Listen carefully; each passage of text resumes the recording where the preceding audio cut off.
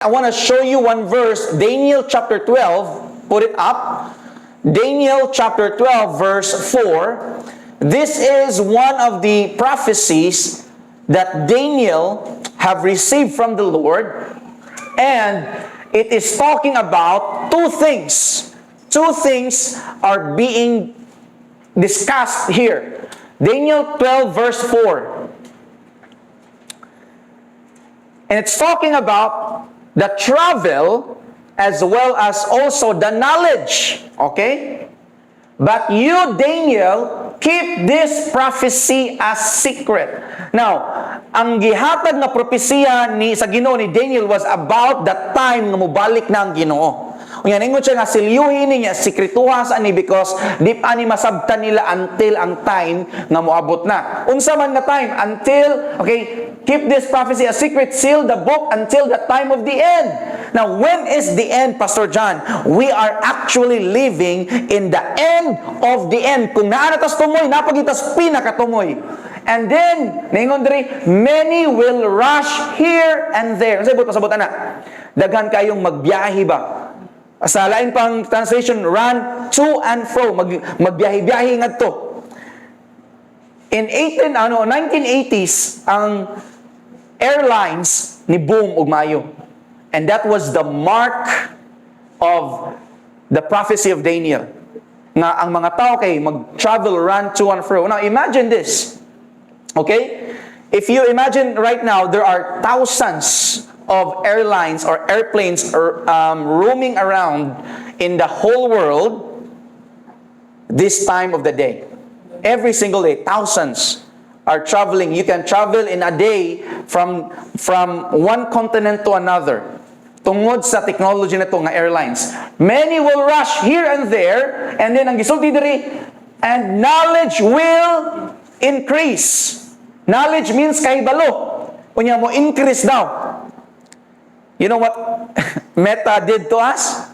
They just gave us a very good secretary. Meta AI. You go to your messenger, click that circle, that colorful circle, and then you can ask anything you want to know. And it will give you some information that no one would ever thought you will have access to. Walay magdahom. Knowledge will increase. A lot of young people today, even young kids, know more about than the adults. Dagan pa sa nibawaan, giyon sa nimo. There are certain things that JD knew. Kung JD giyon sa nimo, gingunari ganina ko. Knowledge will increase. So nagpasabot kani nga ang gisulat ni Daniel, which we will be talking next week. Okay? We will talk about Daniel, the prophecy of Daniel about sa end time, so that you will see nga dili lang di ay ang book of Revelation ang nagsuwat about sa katapusang mga adlaw. Si Prophet Daniel naghisgot po di ay siya, gipakita siya og vision sa Ginoo, og tungod ana nga vision makita nimo kung unsa ka match ang gisulti ni Jesus, ang nakita ni John sa book of Revelation ug ang gisulti ni Prophet Daniel. Okay?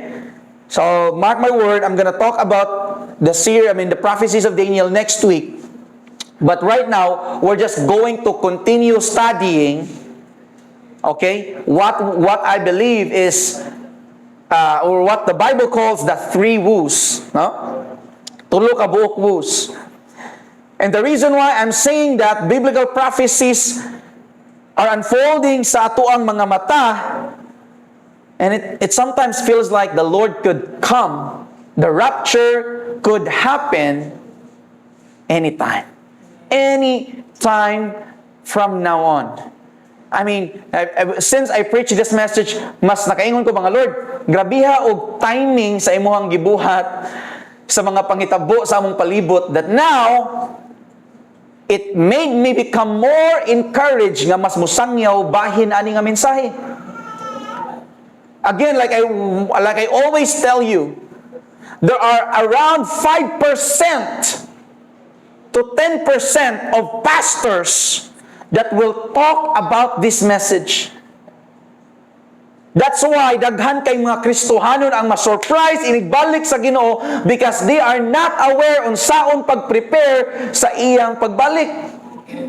And the church needs to talk about this. in our church, as you will know, kung dugay na ka nag-attend na nga church, once a year, I always talk about this. Almost every once a year. Okay? And next year, we're gonna talk about this again in the same time and season.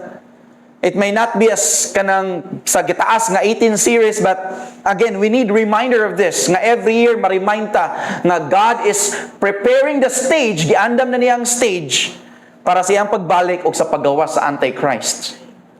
Okay? If you imagine ang mga balita sa kalibutan, ang kadako o kakusog o sa kadaghan sa mga kalamidad. Earthquake diri, earthquake dito, storm diri, storm dito, and the devastation are just unimaginable, no? Laong kayo nga lisod sabton nga grabe, nganong gitugot sa Ginoo nga mahitabo ni? Well, it's what we call birth pangs.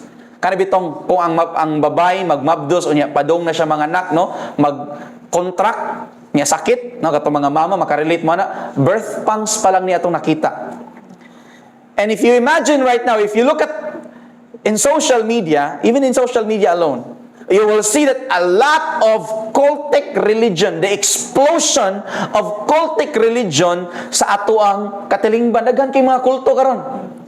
Daghan jud kay kulto.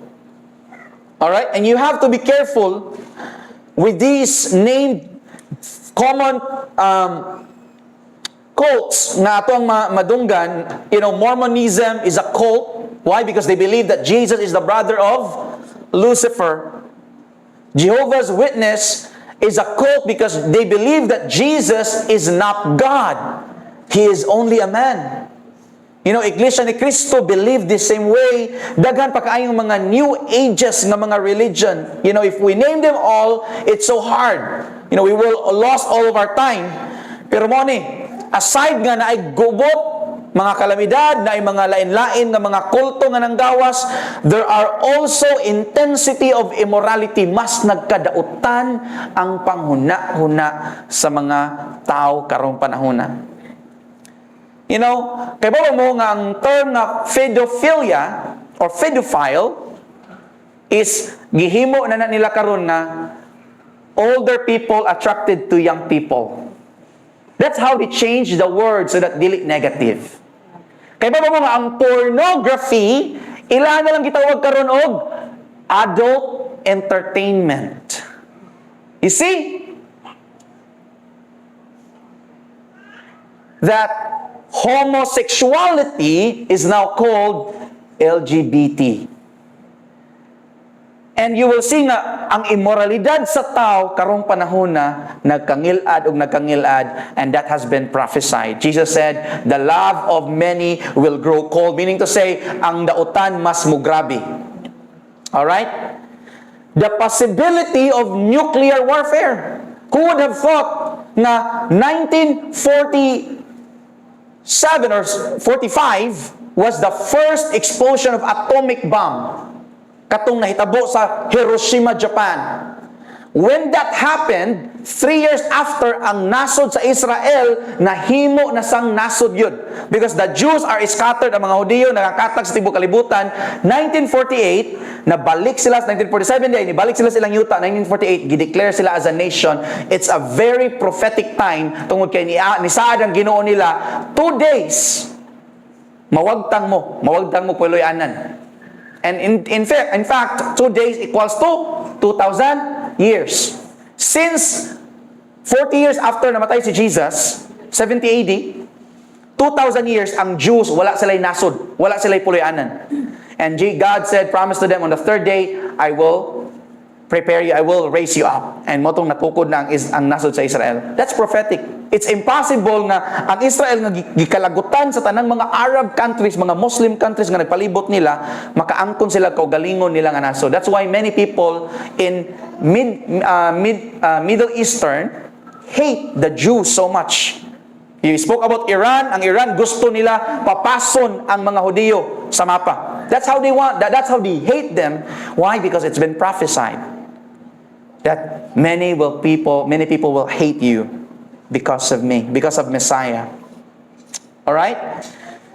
The increase of knowledge, again, like I said before, ang artificial intelligence, hallelujah.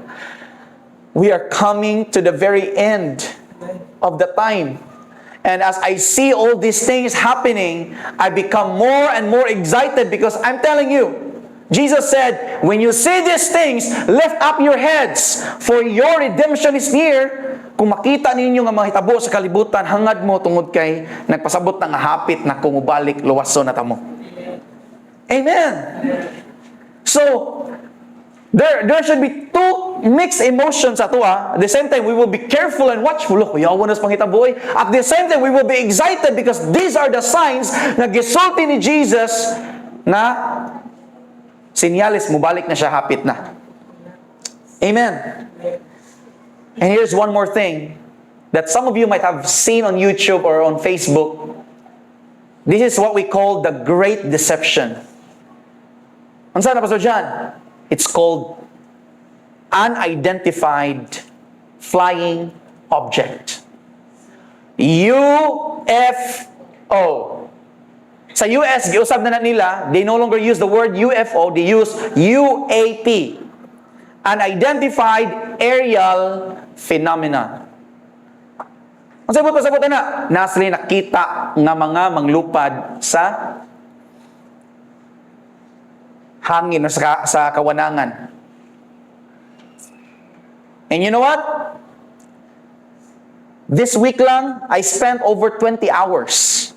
20 hours listening, watching videos about UFOs.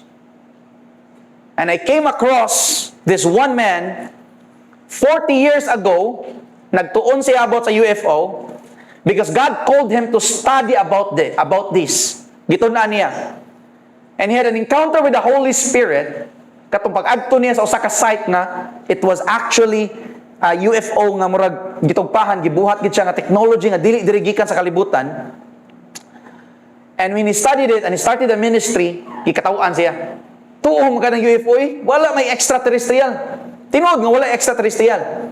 But the more he dig down and dig down and dig down, he figured out and he found out that what we believe as aliens are actually demons. And what we believe na naglupad-lupad are actually real objects that are being manipulated and being invented by hybrid demonic beings. Pastor John, maglisod ko tuwa na. Now, look at what's happening in the US right now. Tanawa ang ilang Congress, 12 hours every single day, nagsige sila discuss na because there is now a disclosure nga mahitabo bahin aning mga butanga. And I'm gonna spend a few more minutes talking about this because this is going to be very important sa mahitabo in the next few years, in the next few months, because UFO are the great deception. Is the great deception.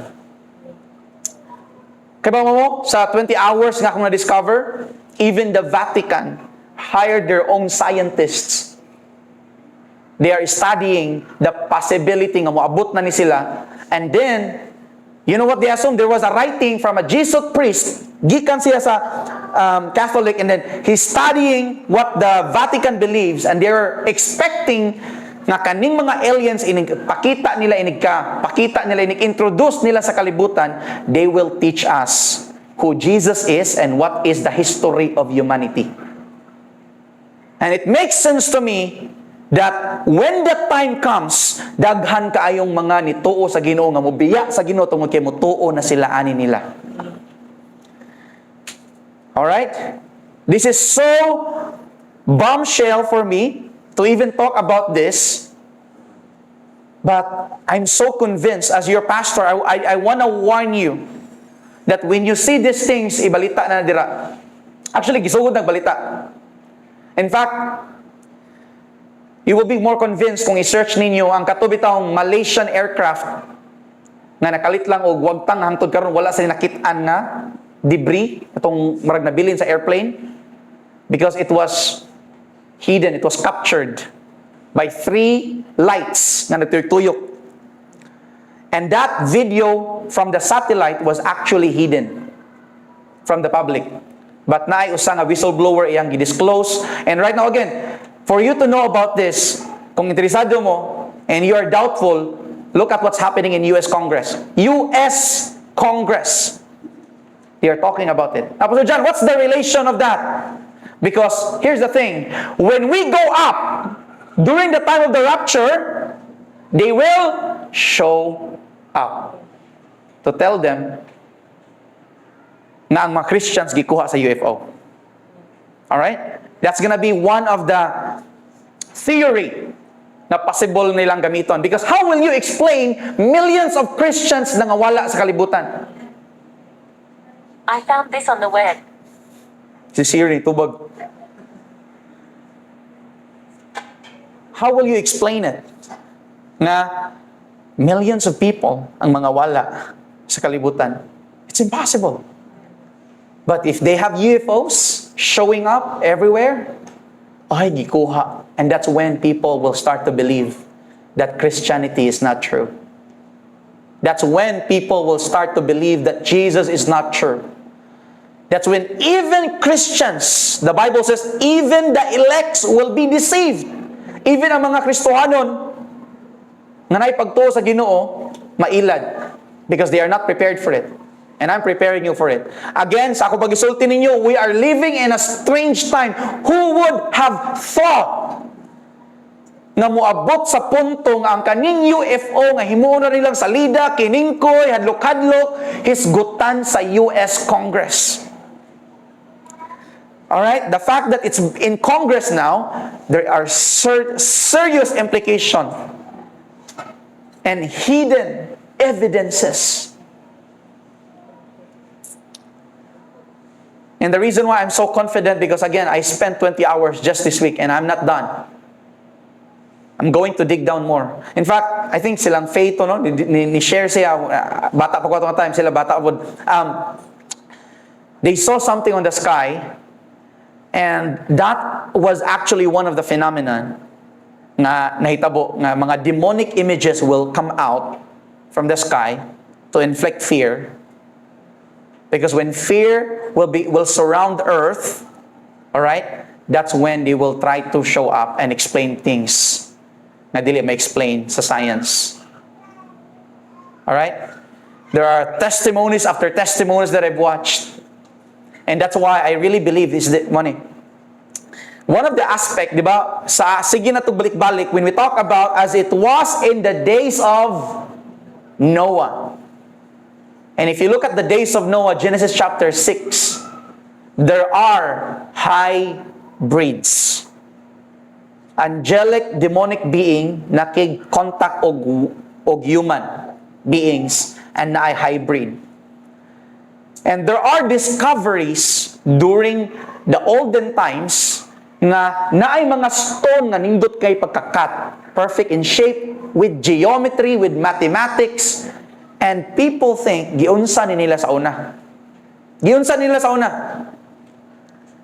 Ang pyramid giunsa ni nila sa una. Ang katong Stonehenges, kinsa may nag-alsa atong mga dagko kayong bato nga gipurmag ingon ato. So many stones nga nindot kayo nga pagka-cut perfect kastanan, they were wondering unsa ang klase sa technology nga ilang gigamit sa una. Well, it explains. The Nephilim, katong mga demonic beings nga nahimong tao, and they're very intelligent and they create all this technology that are beyond human comprehension, and they are now coming back because we are starting to see the days of Noah. And Jesus said, as it was in the days of Noah, so shall be the coming of the Son of Man. And we need to be faithful to the Lord because Noah was faithful. Wala siya nakig-interact, wala siya ni apil-apil sa unsay gipangtuohan sa kalibutan. He remained faithful to what God told him to build the ark. We are living in the very last days, mga igsoon. Mo na kinahanglan vigilante ta magtanaw-tanaw sa atong palibot. Alright? Instead of you spending your time watching those useless entertainment videos, tanaw mo YouTube, pag-study mo sa mga news nga nahitabo all over the world. Because that's how you will be even more prepared sa mga panghitabo. How will you understand this message nga inyong all week sige ra mog tan-aw ani nga K-pop, sige ra mog tan-aw ani nga drama? Sige, suta Pastor John. But if you prepare yourself by watching the US Congress, spend time, na tag 2 hours nga video, spend time, paminawa ilang ipang storya, and you will see that these people are not kidding, these people are serious, they put their lives on the line because they are trying to tell the truth.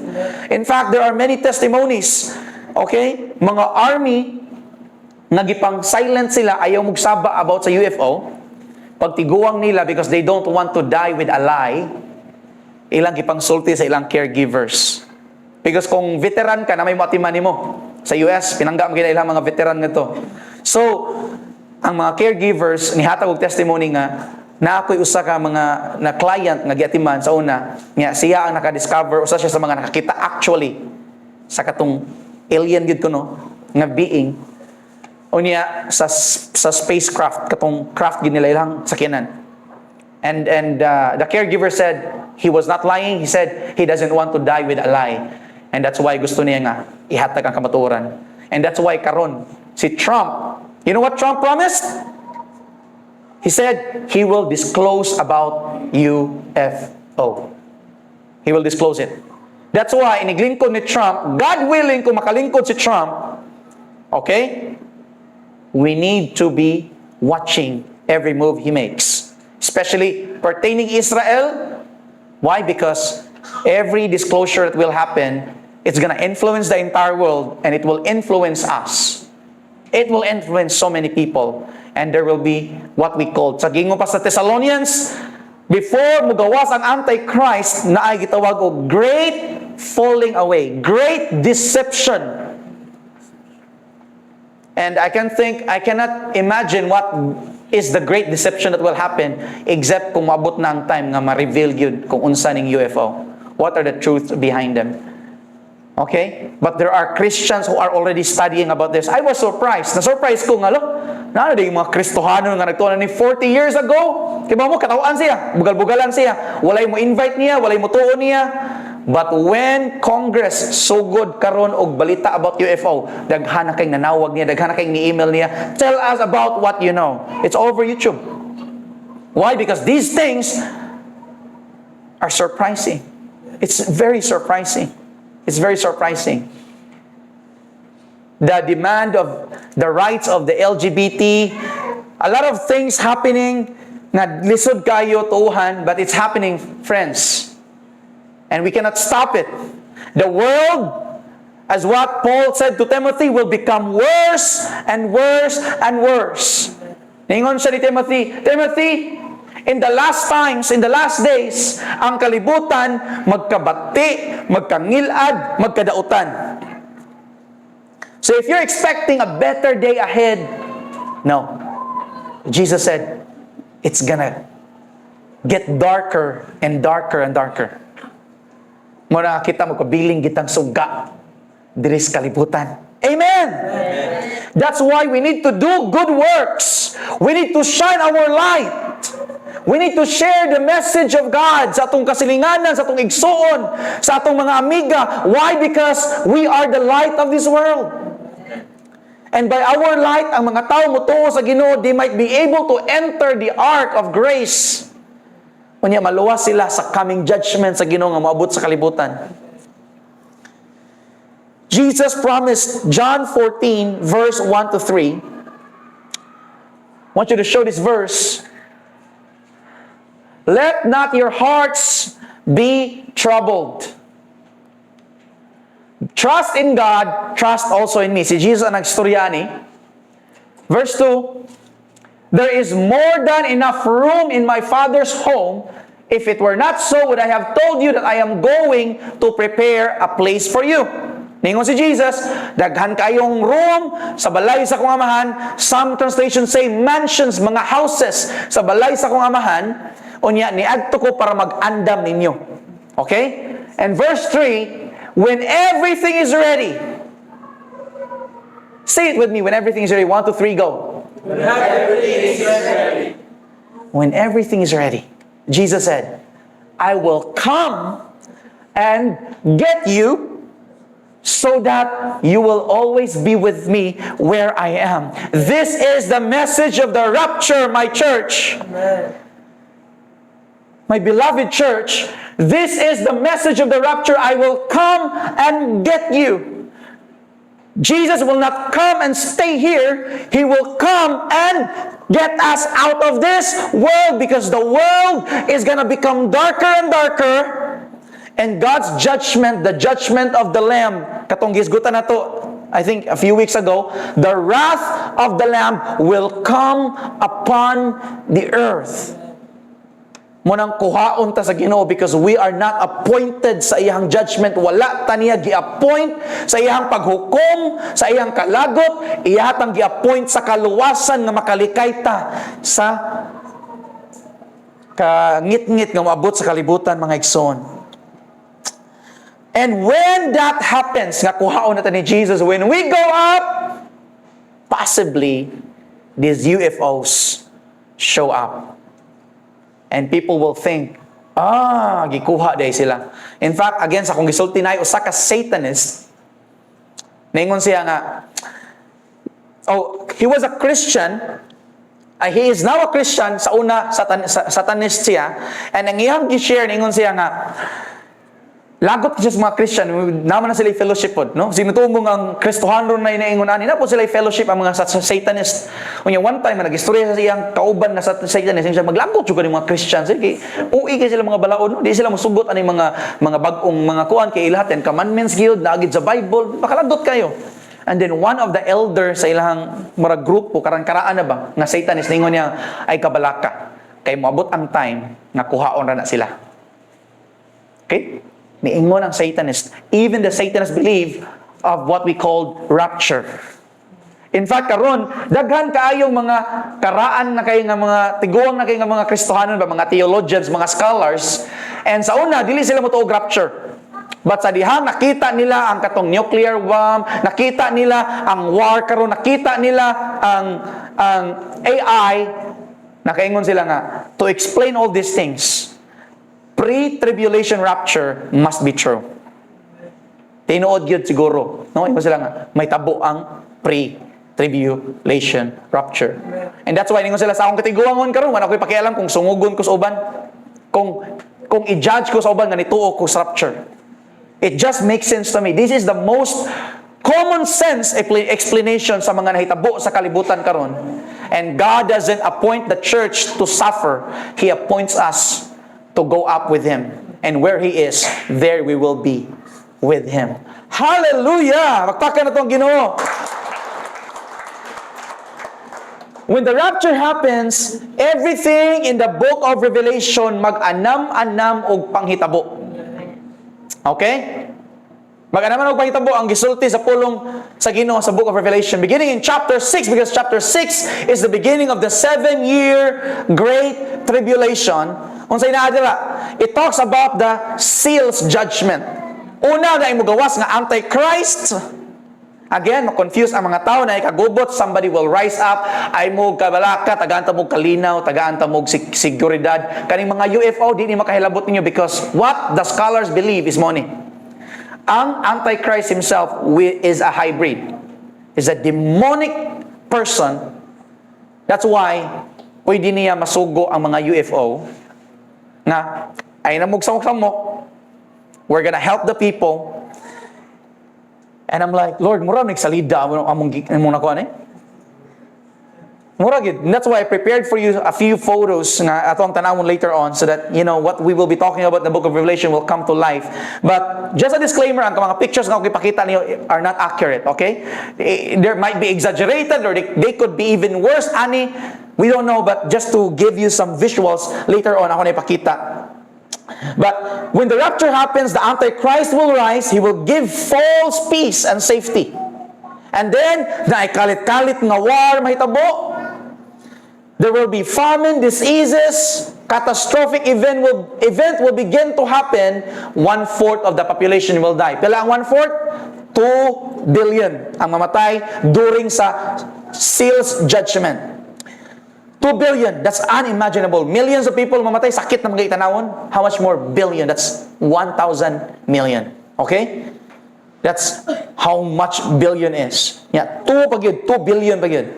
Many will believe in God during the time, mas daghan ang mutuo tungod kay daghan ang mabilin sa rapture, daghan kayong mutuo sa Ginoo, ug daghan kayong magpakamatay para sa Ginoo. Mamatay sila pinaagi sa ilahang testimony ug sa word of God. They are called the tribulation saints. They are martyred sa Antichrist. And the intensity of God's judgment will go up and higher and higher and higher. Ang kalagot sa Ginoo mas mudako ug mudako. And then the 7th seal was broken. That's what we talked about last Sunday. Ang ikapito nga silyo, and when the 7th seal was broken, there was silence in heaven. Naay kamingaw sa langit. Again, now, in a restaurant full of people, for example, sa Jollibee, I don't know if nakita mo katong naay prankster ba? Nga, samtang nagkaon sa Jollibee, no? Niya, Black American to siya, niya, kay bawa siya Tagalog, ningon siya nga, kinsay nagluto sa manok? Ang mga tao, nagsikika, nagmarites, ligi, nahilom tanan. Tanon mo. Kinsay luto sa manok? Suko mo siya. Nagpakita siya siyang kalagot ba? Ningon siya nga, lami, kayo good. So nga tawas lang tanan. But again, the silence na dihang napakita siya sa iyang kalagot was a picture in heaven. Again, heaven is a place of worship. Daghang kay magsigig sagit og holy, holy, holy. Hallelujah. Daghang kay magsimba sa Ginoo. It's a noisy place full of worship and adoration. But then when the 7th seal ang ikapitong silyo na buak, okay? Na ay kamingaw sa langit. Why? Because nakita nila nga ang Ginoo lagot na kayo. He is about to pour out His judgment. That's why on the seal number 5, 5th seal, ang mga saints ningon sila, Lord, kanus amang ka mo bawas para namo. They are asking for vengeance, revenge. And God is the only true avenger. Alright? So mo to nga, sa kalagot sa Ginoo, ikapitong silyo na buak, nahilom ang langit. Hala, kay bao di maglagot ang Ginoo? Yes. Yes, kay bao siya maglagot. And you will see the severity. We talk about it, no? Ang upat ka buk trumpets, and when the 7th seal is broken, ang upat ka buk trumpets mabuak. Ma-blow na, no?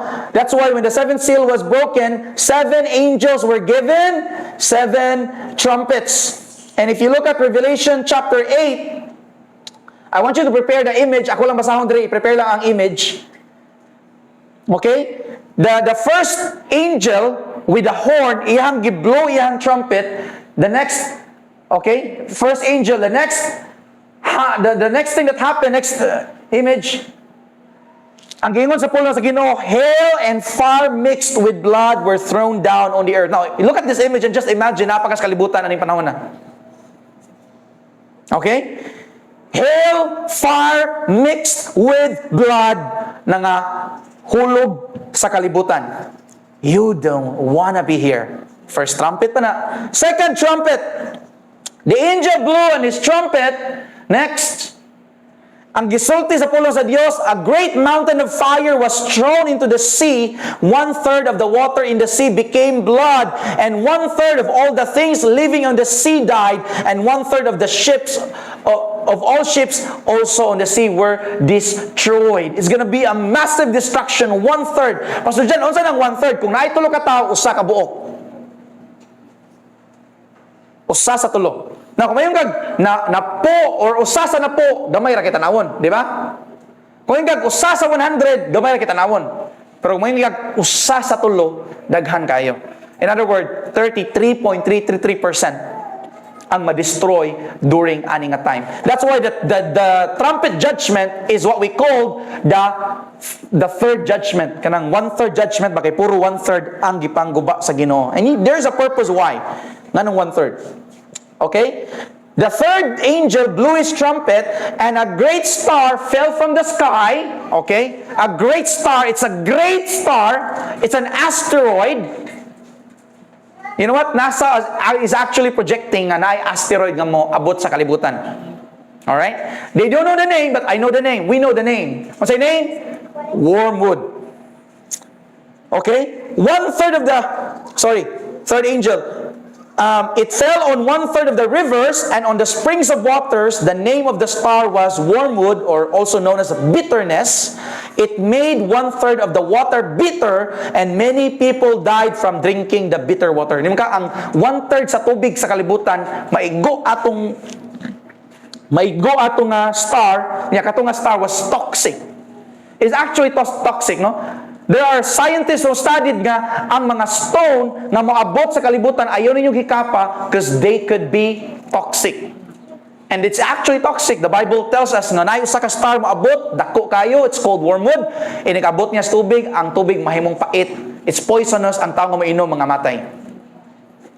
That's the third trumpet. Fourth trumpet is that when the angel blow, okay, 1/3 of the sun was struck, and 1/3 of the moon, and 1/3 of the stars, paliugos sa image, and also 1/3 of the night. It's gonna be dark time. Wala, so, balik.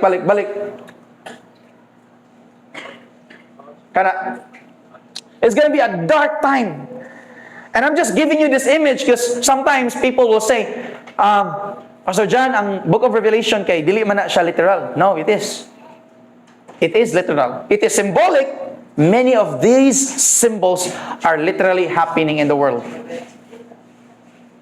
Some of you, siguro, for example, si Atilin, no? She's over 70 years old. Mangutana kang Atilin, siguro 1950s, dalaga pa si Atilin, mura pa siya kaedad nilang Charlene, nga nana.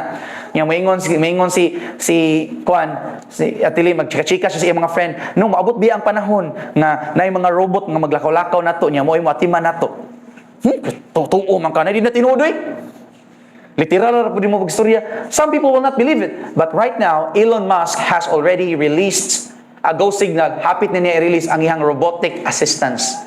In other words, na robot nga imong i-hire, siya ay mag-atiman sa imong bata, siya ay magkutaw sa milk, siya ay mag-ilis sa diaper.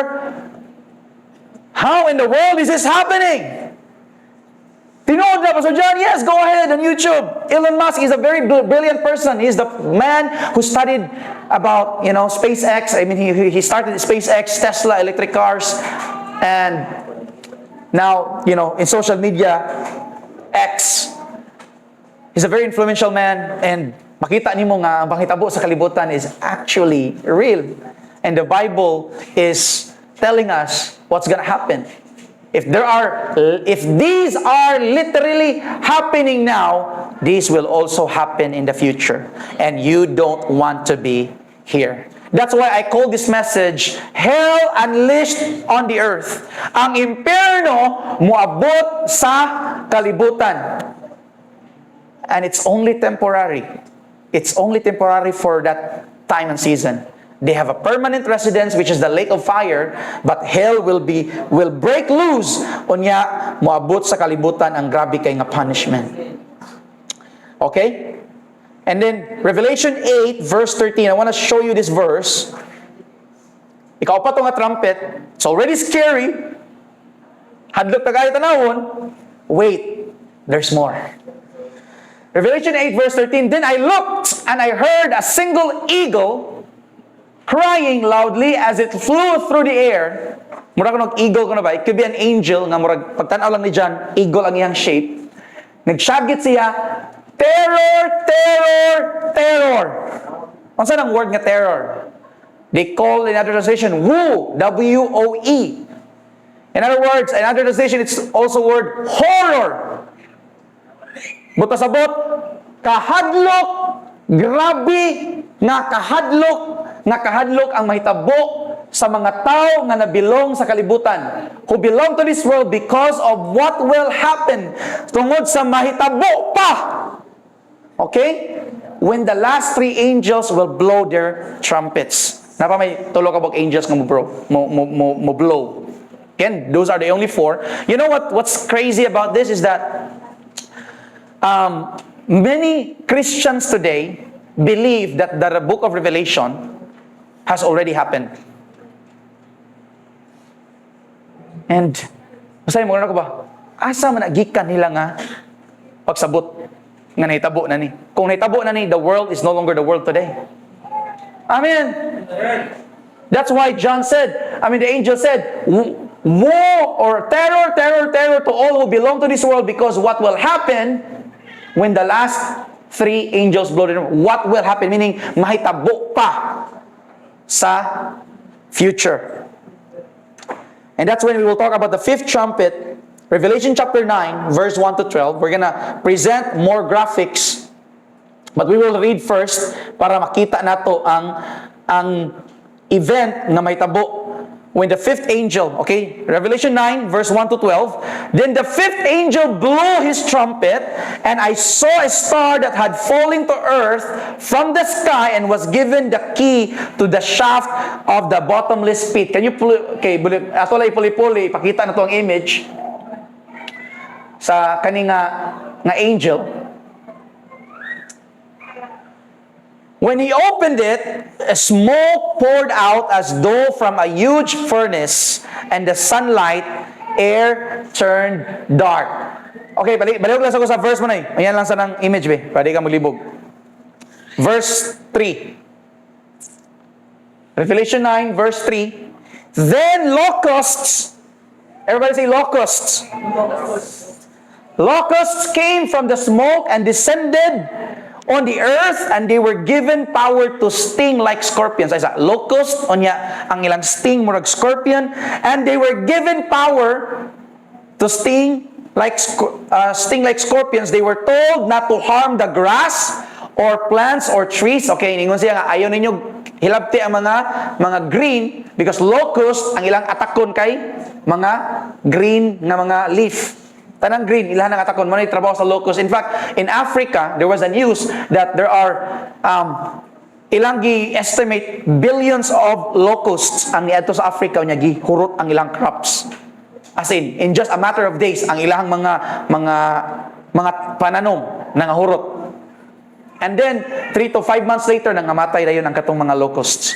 Okay? So, verse 4, they were told not to harm the grass or plants or trees, but only the people who did not have the seal of God on their foreheads. Ay sa, kung saan ang seal of God on their foreheads? Remember the 144,000 nga mga Jews nga pinili sa Ginoo, mga remnants sa Ginoo, gisiliwan sila para dili sila mahilabtan sa mga demonyo.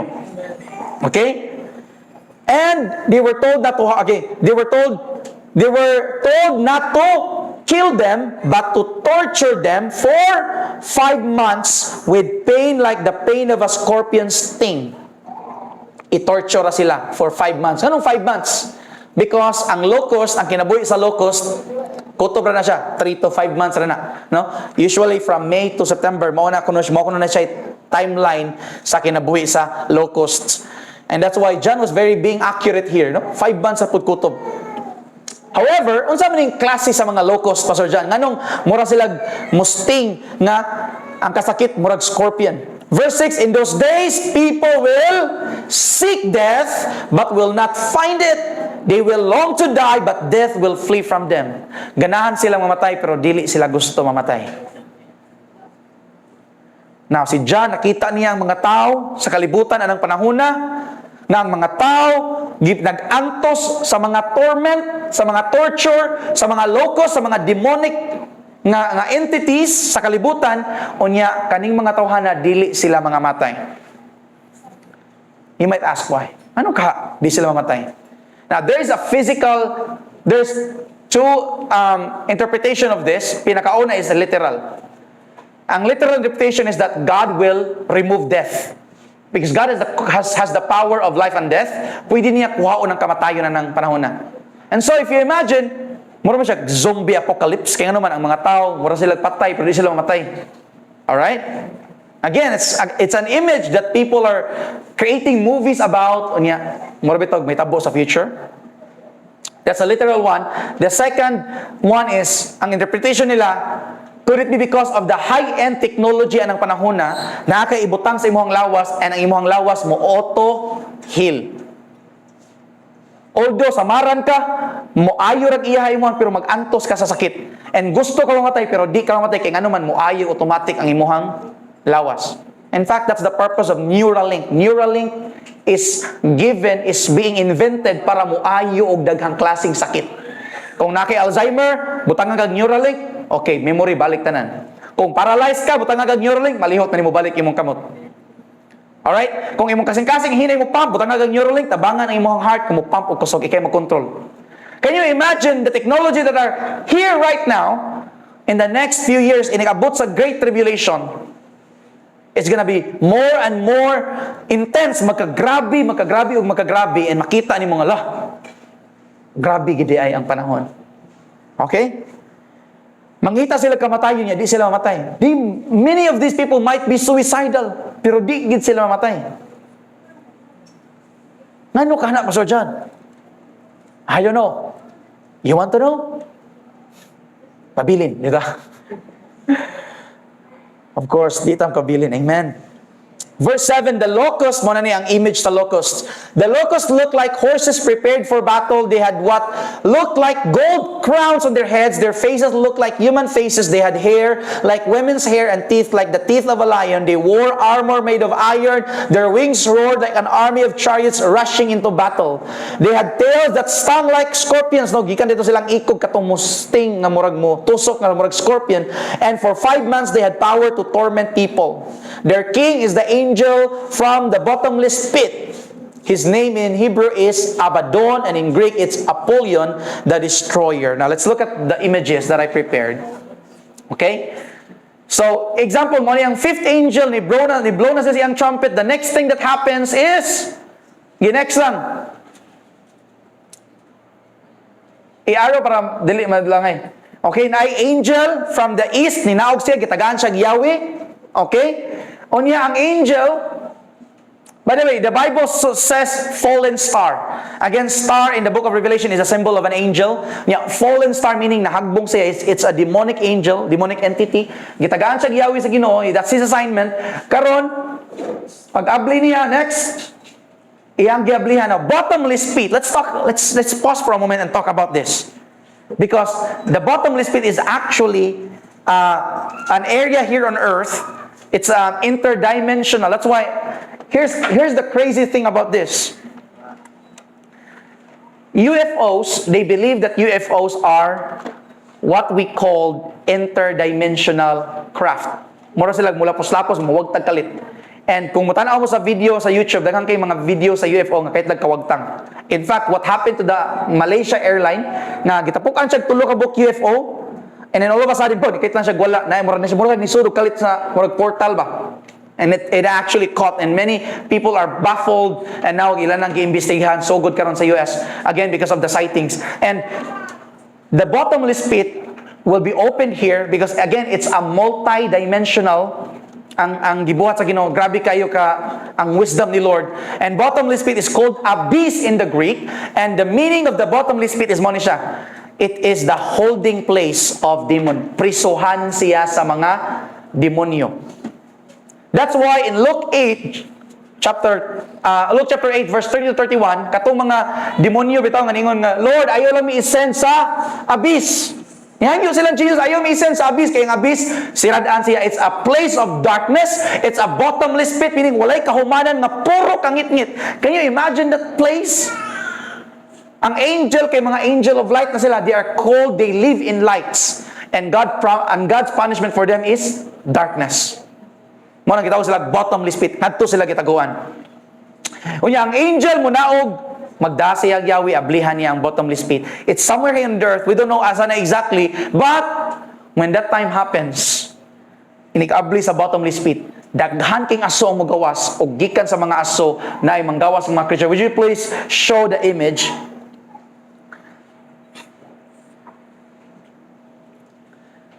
And these are the description. Now, this is not exact sa ako mag-isulti, but imagine, napakas kalibutan niya, makita ninyo mo.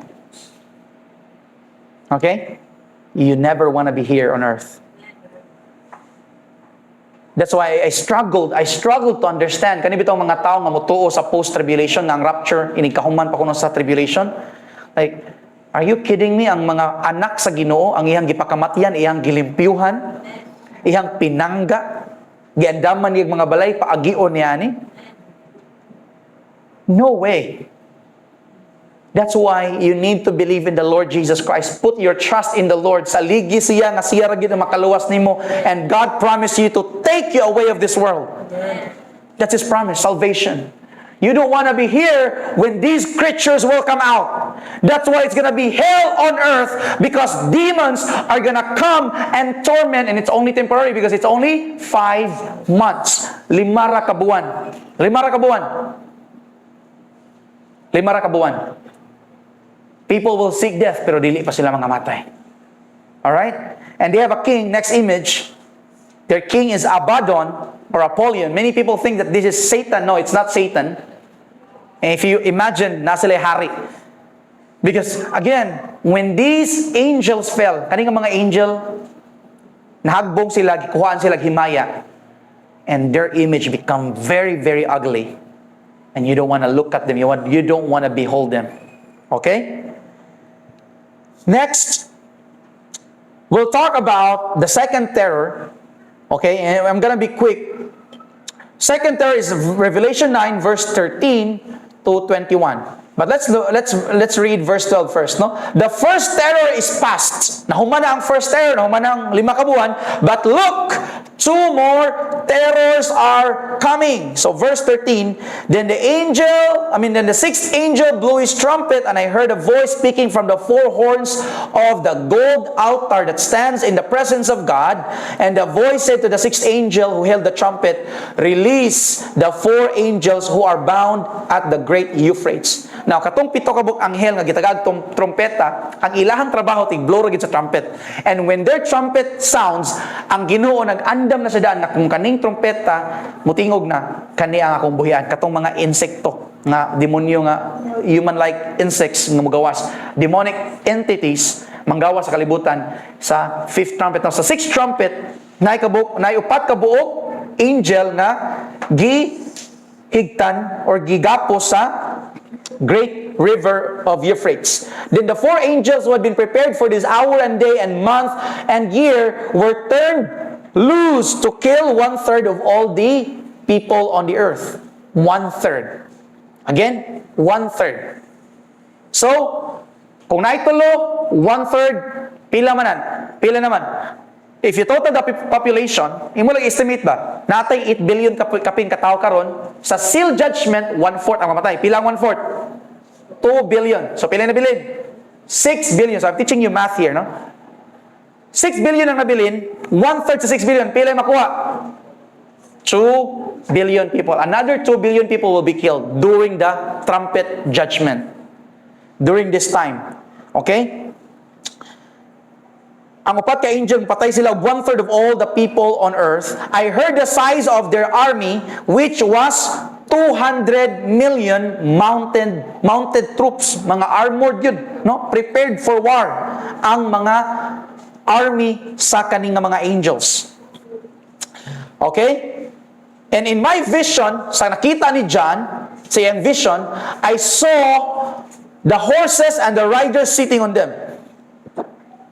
The riders wore armor that was fiery red, dark blue, and yellow. The horses had heads like lions, ang ulo murag like leon, and fire and smoke and burning sulfur billowed from their mouths. And 1/3 of all the people on the earth were killed, gikaduhag balik, by these 3 plagues. By the fire, smoke, and burning sulfur that came from the mouths of the horses. Their power was in their mouths and in their tails, for their tails had heads like snake. No, ilang ikog mura og snake. Kanina scorpion, karon murag bitin, and with the power to injure ang mga tao. Verse 20. But okay, before that, let's just look at the images that I prepared so that it can be more graphic. No, the 6th angel blew. The next thing that happened is that, again, next, 4 angels in great river Euphrates. I don't know what they look like. And I'm just trying to say, because these are demonic angels, could be worse. We don't know. But their job was to kill 1/3 of people. Now, Pastor John, nganong gigapos na sila? Okay, nganong gigapos na sila? Peter gave us an answer and Jude gave us an answer. Now, let's look 2 Peter chapter 2 verse 4 and prepare Jude chapter 1:6. 2 Peter 2 verse 4. Now, look at this. For God did not spare, Unsa nang spare gibilin ba? Wala niya gibilin ang mga angels nga sala. They sinned. He threw them into hell in gloomy pits of darkness, and they are being held there until the day of judgment. Gihuwat sila until sa day of judgment. And the great wrath of God is the judgment of God upon the earth. That's why manggawas na ni sila tungod kay gi-prepare sila ni Lord ani. These angels are powerful. Unsa nitabo nila? They rebelled against God. Remember Genesis chapter 6? I think I'm gonna touch about that a little bit next Sunday para makaibaw ba unsa din ng mga giants. Yes, the Bible talks about it. It's called Nephilim.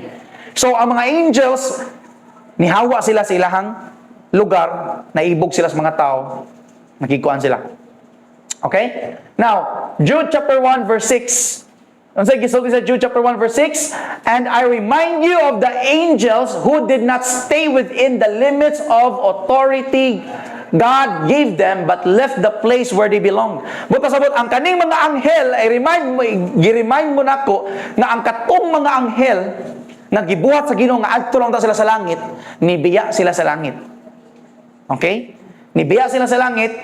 Okay? God has kept them securely chained in prisons of darkness waiting for the great day of judgment. Now, again, the portal of the bottomless pit, another portal of the bottomless pit is found in the great river Euphrates. So, dili tanan nga, katong asa tong lugar, asa to, wata kayo asa to, but somewhere in great river Euphrates, na nakita ni John because he's familiar with geography, nakita niya ang sapa sa great Euphrates, nga naigiabrihan nga portal nga to niya, naig-release nga 4 angels from the bottomless pit. They came out and naa sila army. 200 million. What a massive army. Mounted army. And you know how their army look like? Balik. Balik pa. Okay? Mura daw layo na. Di man na layo ng naong. I'm just asking AI to project it. But imagine, just try to put it in your imagination. Demonic armies will be on the world and their job is to kill people. To kill and kill people. Dili tanan mahurot, only 1/3. Because God is merciful. And grabe kika maluluyo ng Ginoo, ang grasya sa Ginoo. Even until now, some scholars think that karon kay grabe na kaayo ka extended ang grasya sa Ginoo. Sobra na niya ang paubos, sobra na ang pasensya sa Dios. Ayaw sayangi mga igsoon. Maninuod tag pangalagad sa Dios. Because God has been very gracious to us. Grabe kay ang grasya kaluoy nato. The fact that we believe in God today is His grace. Amen. Karon nga naatay pagtuo sa Ginoo nga nakadungog tani nga mensahe, grasya kini sa Dios. Munang di nato sayangon nato nadunggan atong ikinabuhi ang pulong sa Dios. Next image. And that's what Revelation 9 verse 20 says, but people who did not die in this plague still refuse to repent of their evil deeds. Wagid sila mo hinulsol, wagid sila mo duol sa Ginoo. They continued to worship demons, idols made of gold, silver, bronze, stone, and wood. Idols that can neither see, nor hear, nor walk. Ano mga statwa. Those are the idols that John was talking about here. Sige gyapon sila simba. Again, you know what? This is again a theory. This is a rumor, but this is possible. And I'm not saying that this is absolute truth, but something i-park lang sa inyong una-una. No? Something like this, ako mong i-park, but I also want to park. I want to be aware of it, pero i-parking lang sa. Because again, there are Vatican writings, and they said this. They said that when these extraterrestrial or so-called aliens or demonic entities sa ato ang pananaw, moabot ni sila tudluan ta nila unsaon. And could it be possible nga kani nga mga entities, okay, buhati ni siya statwa. Buhati ni siya statwa. Motuo daghang kig tao, magbuhat sila statwa, and then kung buhat sila ng statwa, protected sila for a time, for a season. But when God's judgment will be poured out, walay pilion ng Ginoo. Everyone on earth will experience the wrath of God, ang kalagot sa Dios. And even during the time, nakita nila ang Lamb of God, no, katong ang sky murag gilukot, nakita nila ang Ginoo. They saw God and the Lamb, and still they did not repent. Even though gihukma na sila sa seals of judgment, the trumpet judgment, verse 20 of Revelation 21, it says, "And they did not repent of their murders, of their witchcraft, of their sexual immorality, or their thefts." Wa gyud sila maghinulsol, nagpadayon gihapon sila sa ilang mga sala. This is sad. This is very sad. That's why, mo ni siya, usahay ba, muhilak na gyud, Lord, ako naman siyang gisharean, ako naman siyang gisultihan, Lord, ako naman siyang gihangyo nga mutuo sa Ginoo, pero nganong dili man gyud. You know, kay ba mo si tubag sa Ginoo ana? Mo nang Ginoo. Kay ba ko? Kay even gani sa akong judgment. Gipakita na ko akong judgment nila, di man gihapon. Mut pasabot kaning mga tawhana, ilag yung gipili na dili mo tuo sa Ginoo. And there are people na ingon ana. May nga sila nga, bisan pag tinuod ang Ginoo, di jud ko matuo Ginoo. Bisan pag tinuod ang Ginoo, di ko na sila matuo Ginoo. Kaya mo nga no? Because they have been deceived. Nailad sila. Nailad sila sa kaugalingon nila pangunahuna, nailad sila sa kalibutan, and that's why you need to go to church. Because if you are in the church, you will know the truth, and the truth will set you free. Asa mo ma-set free? You will be set free from all the lies of the world. Mawagtang mo, naamoy kagawasan sa mga ilad o bakak na naadri sa kalibutan. Those are the 5th and 6th trumpet. Now, I'm going to talk about, before I will close, we'll talk about the kingdom of God, Revelation chapter 10, verse 1 to 11. And this is very quick, no? Revelation chapter 10, verse 1. "And I saw another mighty angel coming down from heaven, surrounded by a cloud with a rainbow. Over his head, his face shone like the sun, and his feet like pillars of fire. Og sa iyang kamot was a small scroll that had been opened na ablihan na. He stood with his right foot on the sea, nasa dagat ang iyang usa ka tiil, and on his left foot on the land, and he gave a great shout like the roar of a lion. Nisagit siya nga kusog kayo. Ug sa kusog niya nga sagit, there are 7 thunders answered. No, ang 7 ka buok kanang kilat ni tubag or dugdog. When the 7 thunders spoke, I was about to write. Kaya naman ang katong 7 thunders mura siya na voice. Nya si John padung siya masuwat. But I heard a voice from heaven saying, "Keep secret." Si John was asked, "Write everything that you see." Okay? But, sa dihang itingog ang 7 thunders, padung siya masuwat, gipog nga siya, ayog suwat. And you might wonder, unsa kay gisuwat? Unsa din nadunggan ni John? You might ask me, Pastor John, unsa din gisuwat ni John? Wa gani gisuwat. Lain mo pangutan na. Do not write it down. Verse 5, "Then the angel I saw standing on the sea and on the land raised his right hand toward heaven. He swore an oath in the name of the one who lives forever and ever, who created the heavens and the earth and everything in them, the earth and everything in it, the sea and everything in it. God owns everything in this world." That's why wala tay right nga musupak niya, wala tay right nga mubalibad niya. Kay siya ang tag-iya sa tanan. The angel soar. Nisaad siya. Ningon siya nga, "There will be no more delay." You know, Peter told us that ang pasensya sa Ginoo iyang gipatasan pag-ayo kay di siya gusto ang mga tao mga matay. God doesn't want people to die. Pero ang mga tao gahi jud kayo mo nang mga matay sila. Di ba? Kabantay mo ng tao nga badlungon kayo magsikiat-kiat niya yung madlungon ay lagi kat-kat dira ay kat-kat ba yung kuan. In fact katong mga kung makita karon sa di ba trending makay ng mga sa tana deadly stunt katong musakag mga building ya nga tugid siya madagandagan mag-parkour siya nga tuno ngadto man gyud. Kapila lagi badlong di gyud gahi jud ulo.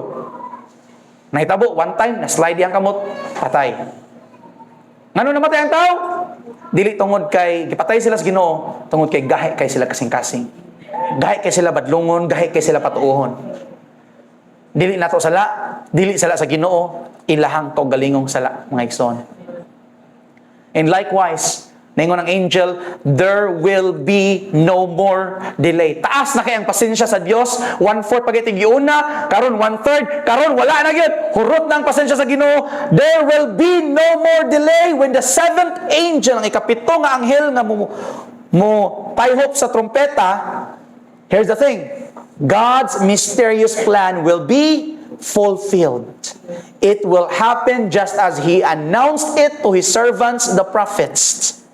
Then a voice from heaven spoke to me again, "Go and take and open the scroll from the hand of the angel who is standing on the sea and on the land. I went to the angel and told him to give me the scroll." So gikuha ni John ang katong scroll, no? Iyahang gikaon. And the angel told him to take and eat, and yes, take it and eat it. And he said, "It will be sweet as honey in your mouth, but it will be sour in your stomach." So I took the small scroll, ingon si John, yung gikuha from the hand of the angel, and I ate it, and it was sweet in my mouth, but when I swallowed it, it turned sour in my stomach. Then I was told, "You must prophesy about many peoples, nations, languages, and kings." There will be no more delays. God's judgment is coming. His kingdom, His mysterious plan. Now, I want you to focus on the word.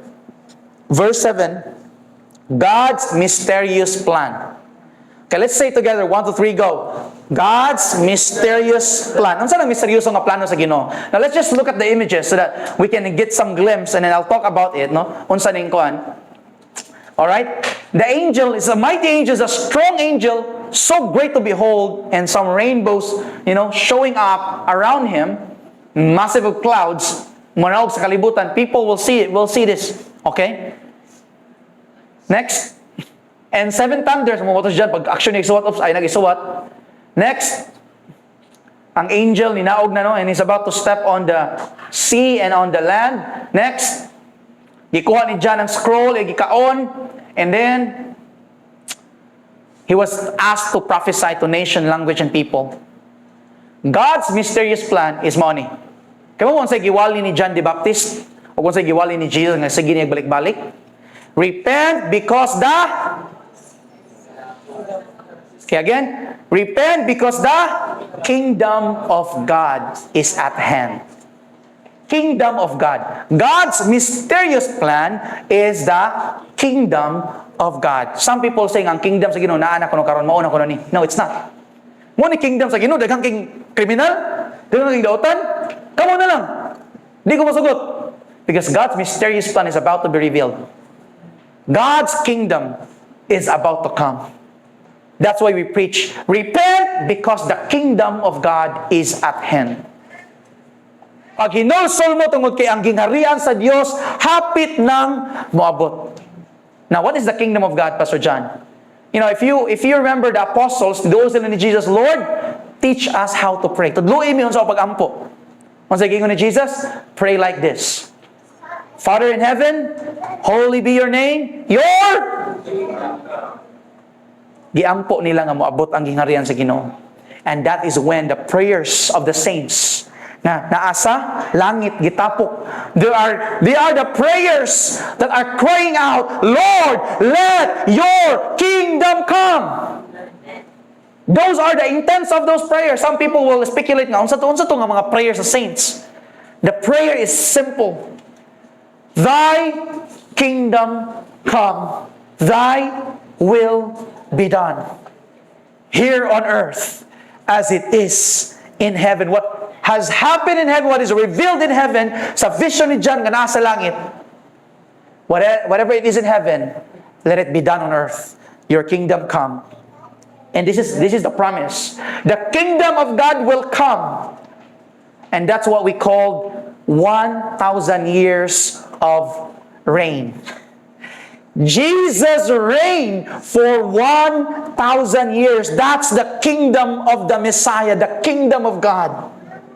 Muna gingharian sa Dios mga igsoon. Pastor John, sa ilabot ato ana, we are gonna be ruling with Him. Maghari ta uban niya. That's why the angel told John, pagkaon niya, sa scroll, gikaon niya, tamis kayo. Tamis ka sanan. Lami kay murag honey. Pagkaon niya sa scroll, murag honey. Okay? It tastes like honey. It's so sweet like honey. But then, pag abot sa tiyan, nahimong pait. Because you know what's next after the kingdom? After the 1,000 years, the great white throne. And the great white throne is the time nga muchabaw tag maayo mga igsoon. We're gonna cry. I'm gonna tell you, we're gonna cry one more time for that day. Muto nang naigingon sa book of Revelation, God will wipe every tears. You will cry because makita ni mga itong anakay, posible ha, pamilya. Posible ha, amiga, amigo. Nga hukman sa Ginoo nga moadtog impierno. And you will cry. And God will let you cry because that's normal. Na mahilak jud ka. Right now, hilakan mo ginato sila. Kinsa ninyo diri nga naghilak sa inyong mga pamilya nga inyong giampuan nga makailan sa Ginoo. We cried out for them. But katong mga tao nga gahi jud kayo, we will cry out for them. It is no longer our control. We have done our part. One day it will come. Mo na nga ang gisugo ni John pag human niya kaon ni pait ang gisugo niya sa angel. Verse 11, then I was told, you must prophesy again about many peoples, many nations and languages and kings. Isangyaw ang pulong sa Ginoo tungod kay pait kaayo ang mahitabo human sa kingdom. It might be good nga, okay, naabot na gid ang hinganan sa Ginoo, but when that time happens, it's gonna be worse because one day God will say, enough is enough. Katong mga tao nga wala nituon ako, they will suffer eternally. Pero katong mga tao nga nituog ni salig nako, they will live righteously, perfectly, eternally. It's sad. It's gonna be sweet like honey.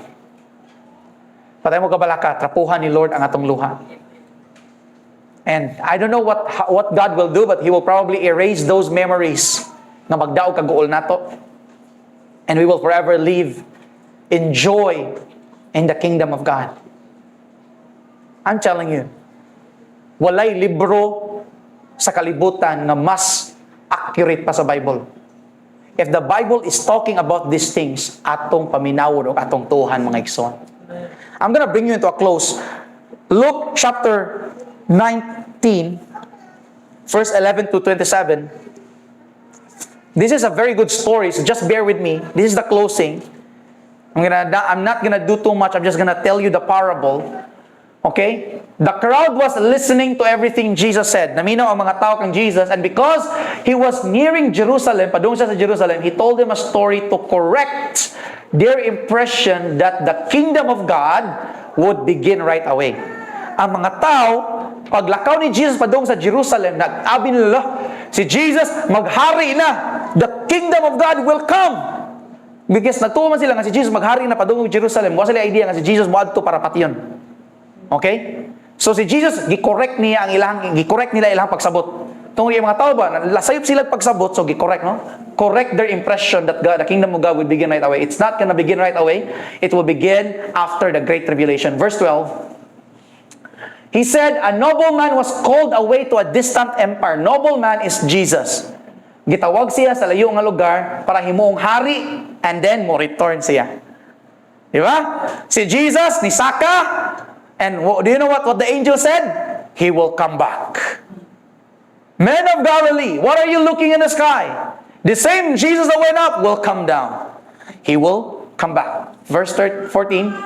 About 13, before he left, he called together 10 of his servants and divided among them 10 pounds of silver, saying, invest this for me while I am gone. In other words, okay, trabaho mo hangtod sa akong pagbalik. Invest until I come.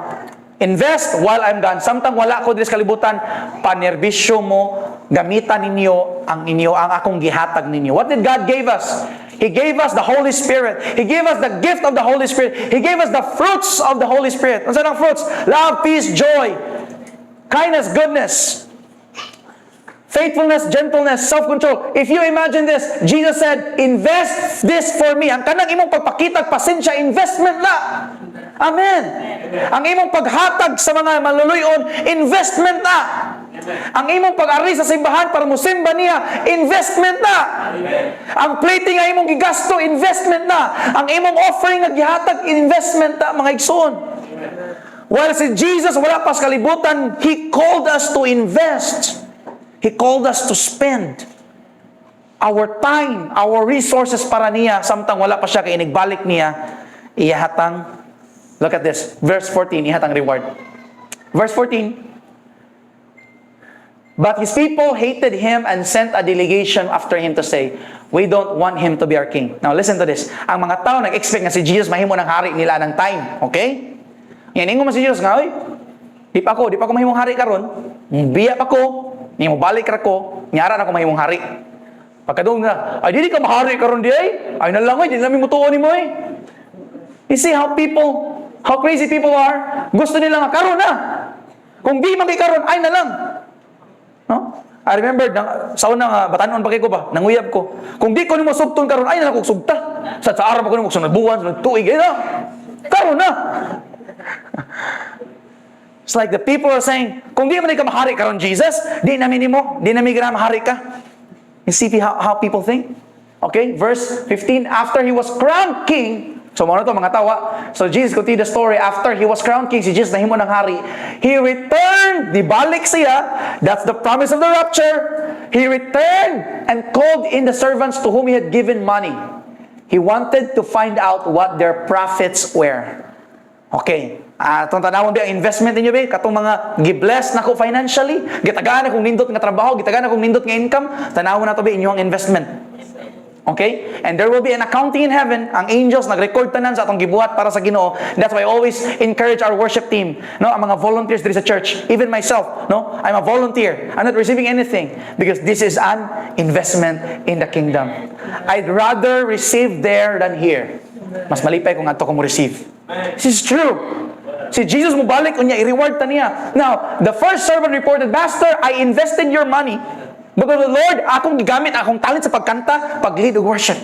Lord, akong gigamit akong kamot sa pagpiano para ma-lead imong tao sa pagsimba. Lord, akong gigamit ako ang extra income to support the ministry. Lord, akong gigamit akong time para mo support sa buluhaton sa Ginoo.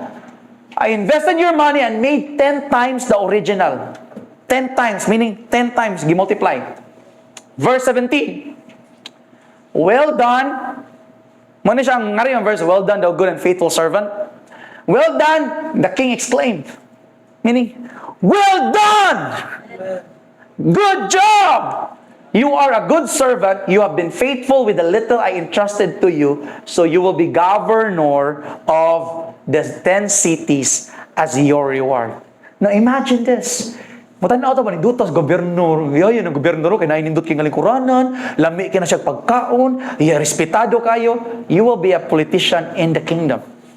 You will be a ruler in the kingdom. I'm telling you, gamay ra kayong Kristohanon mga igsoon. Inigabot ang panahon na God will give you, He will entrust you nga mahimo kang governor in the kingdom of God. That's His promise for 1,000 years. That's gonna be our life. We will talk about more details on this in ka millennial reign, kanong 1,000 years, which is part sa tong series, eschatology. But, okay, verse 18.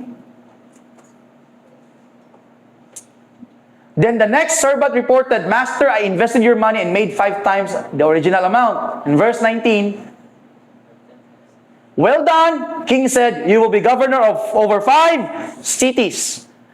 Verse 20, but the third servant brought back only the original amount of money. Third servant. Ay katulong nga servant, gidala ra niya unsa ang gihatag sa Ginoo. Lord, namo ko'y talent sa pagkanta, Lord, mauwa mo gud ko, Lord. Nya kapoy kay ko, Lord, atin practice kapoy kay na, Lord. Lord, namo ko'y extra kwarta, Lord, pero nabi ako'y future plans. Mas ganahan man ko, Lord, nga kuan. Nangandoy bi ako mo adto, Lord, nya gagawin ko gasto. So, Unya na Lord, hindi sa ko mo-support ang mga panginahanglan sa simbahan. And this is the servant said, the original money, no? I hid your money, no? Wala na ko gamita, Lord, para sa muging harian. Meaning to say, gihid niya, wala niya gamita, iyarang gitaguan sa iyang uglingon. And keep it safe. Safety na ba ito, Lord? Akong pagkanta, Lord, wag gini, nasayang, Lord. Narinig ako gamiton sa langit. Okay, tinuod na dyan nga na ka, no? And then, Ingon siya nga, I was afraid because you're a hard man to deal with, taking what is yours and harvesting crops you did not plant. Now, this is the heart of the people katong nag-surround ni Jesus. Iyan ang gigamit nga example tungod kay mao niya ang nakita niya sa heart sa mga tao nga naminaw niya. Nga, kinsa man ni si Jesus? Kuyawa gud niya gud, mangdiman siya na niya, marami niya kinsa. No? Some people, some Christians are like that. Lord, ganun, ihatag man din ako. Natag-iyan naman kastanan. Okay? They have no idea. But Christian, kaya sila, they are still servant. Servant gyapon sila. Verse 22, you wicked servant, king roared, suko siya, servant. Your own words condemn you. If you knew that I'm a hard man who takes what isn't mine and harvests crops I didn't plant. Okay, verse 23, why didn't you deposit my money in the bank? Ay, pag imon lang gideposit sa bangko ang kwarta. At least I could have gotten some interest on it. And verse 24, then turning to the other standing nearby, the king ordered, take the money from this servant and gave it to the one who has 10 pounds. You know what this picture, unsay picture ani? Ang servant wala niya gipapatay. Niya siya kuhaan, kuhay. Ihaya nimo. Kuhay. Niya ihatag sa katong next who has already 10 pounds. Katong naidaghan, mas gipunan pa noon. Nana siya 10 cities, gipunan pa 1 city. Now, then turning to the other standing nearby, the king ordered, take the money from his servant and give it to the one who has 10 pounds. Next. 25, but master, ang uban reklamo, Lord, daghan na po naman niya ha. Verse 26, naman mga tao ba, reklamador mo kita. Lord, bless na magkana siya. Lord, ipadato, may mapayo. Lord, kami na po, Lord. Okay. Ano siya namin i-bless? Tungod kay siya po yung mangyatagon. You know, here's the thing. Some people really wondered, yun saan mo pagka namin sakyanan, no? Pahit migiyuta, na I'm blessed with a client karon nga ako'y trabaho. Stable ang financial. Grabe may ka, gipanalanginan sa Ginoo. Some people would ask, anong gi-bless me, Lord? Because I'm telling you, I'm dili sa panghambog lang, but we're giving to the church. Instead of taking, we're giving to the church. Now, God saw it, and God promised to bless those who give. That's His promise. Katong ni pugas, muani. Amen. So, and to those, moto nga ningon din ang hari, yes, gisa tong daghan, mao ni tagaan. Those who use well what they are given, even more will be given. But from those who do nothing, katong walay gibuhat, even what little they have will be taken away. Kuhaan pa sila sa ilahang mga naa nila. Kuhaon pa ang naa nila, kuhaon pa gyud. So luoy ka sanan. Ano nga, assistant to siya. Assistant ka na ako. Okay, pihik man kay ka. Ito. That's what happened. Next verse. As for these enemies of mine who didn't want me to be their king, katubi itong mga wala gid ni tuo. Asa man to? Balik sa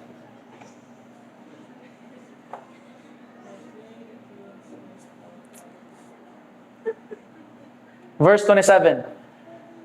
Bring them in and execute them right here in front of me. This is a picture of the great tribulation. God's judgment is gonna come. Okay? So, Pastor John, katong mga Kristohanon nga gahi jud, malangit gyapon to sila. Because God's salvation is free. Okay? It is free. Remember nga, gikuha sa iya ang reward ra. Amen? Ang reward ra ang gikuha.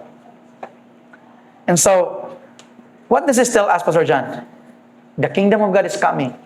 Ang gisugo sa angel ni John, prophesy to nations, to tribes, to languages and kings. Dapat musangyaw ta sa pulong sa Ginoo. Dalho na to ang mensahe sa atong pamilya, higala, di na to ikaulaw ang pulong sa Dios. Kaya mo, this is my idea, this is just my idea, but one of the greatest rewarding activity sa Kristohanon is ang pagsangyaw sa pulong sa Ginoo. Mo na siya pinaka, dili pagsangyaw diri. Kana mo gawas ka ba niya, mo share ka, kana mag-Bible study ka ngadto mo, adto ka ngadto mo ni pinakadagko kay reward sa langit. You are planting the seed of salvation. That's why the Bible says, how beautiful are the feet of those who carry the message of the gospel. Nindot kay ilang mga tiil tanawon, they will be rewarded more. Katong mga ebanghelista ka na musangyo sa pulong sa Ginoo. No, last Wednesday, lingaw kay ko kay ako, si Jaden Denver, Reginald, si isa pa to, Jaja, og Jerome, no? Kita ta Wednesday, mangsangyaw ta das plaza. Katawo ko, ang pangsangyawan, ang nasangyawan ako, nasangyawan ako, daghan, nakadapilan ako, nakadungog. Kung hingo nga, di natin diri mangsangyaw, nga tutas pikas, kidaghan na maging ibang lista diri, tutas ngita tas lugar nga kanang wala kay mga evangelist. And so, pero sila, akong gina silang ipatry, pangsangyaw mo, because we need to raise up people nga mosangyaw sa pulong sa Ginoo. Amen. How will people believe if no one preach to them? And who will preach if no one is sent? So we can cry out, Lord, send me to the nations, to the language, to the governors, to the kings. Nakay oportunidad bulingkod og konsehal, sangyawi sa pulong sa Ginoo. Nakay oportunidad nga bulingkod uban sa mayor, sangyawi sa pulong sa Ginoo. Nakay oportunidad nga bulingkod sa imong higala, sangyawi sulti sila nga. Unsay tan-aw nimo sa pangitabos kalibutan karon? Hapit ang balik ang Ginoo. Do you believe in God? Are you a good person? If God judge you, will you go to heaven or hell? If we have a script, you can study it and prepare for it because that's our mandate. The mandate in Revelation chapter 10 verse 11, go and preach. Go and preach. Go and preach. Let's all stand.